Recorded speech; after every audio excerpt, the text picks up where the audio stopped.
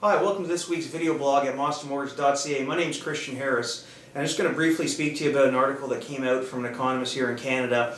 And it caught my eye. It's a very interesting article because it discusses 5 reasons why Canada's household debt panic is overblown. And it's very important because we see in the news talking about the housing market, talking about our debt, Canadians' debt moving forward, and we have a lot of debt. Flaherty is trying to do all he can to change the mortgage rules. For sure, we've seen 4 changes in the last 3 years. So, and it's easy to sell negative news, and it sells papers. And but I think it's important to look at some of these points that David brings up, which are very good. The article will be below this video blog, but I'll just quickly pick out a couple of them. He mentions that Canadians pay their health care through their taxes, whereas the U.S. they pay it after tax. So it's very, very important.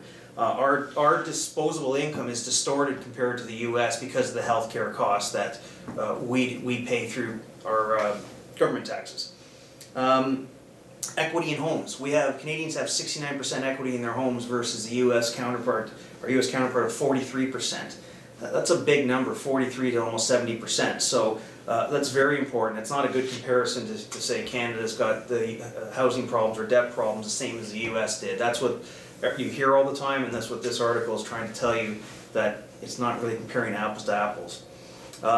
Wage growth in Canada is 4% a year. Our wages go up, which is double what the Americans, they're at 2%. And that doesn't seem like big numbers, 4 and 2%, but on a macro level, they're very big numbers. So it's not taken into account when you compare the two. Basically, he talks also about net worth versus income ratios.